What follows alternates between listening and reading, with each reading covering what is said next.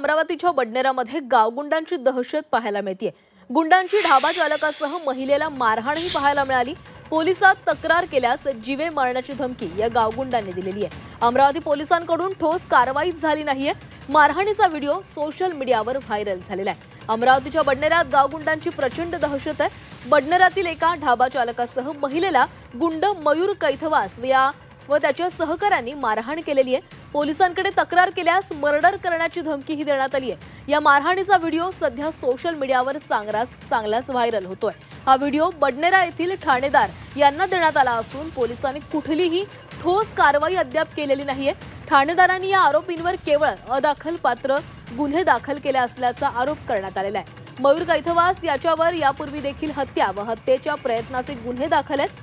Police आयुक्तांनी त्याचा तडीपारीचा देखील प्रस्ताव मंजूर केल्याची माहिती मिळते। मात्र आरोपीला ठाणेदार व काही PSI अभय देत असल्याने ढाबा चालकांमध्ये भीतीचे वातावरण निर्माण झाले।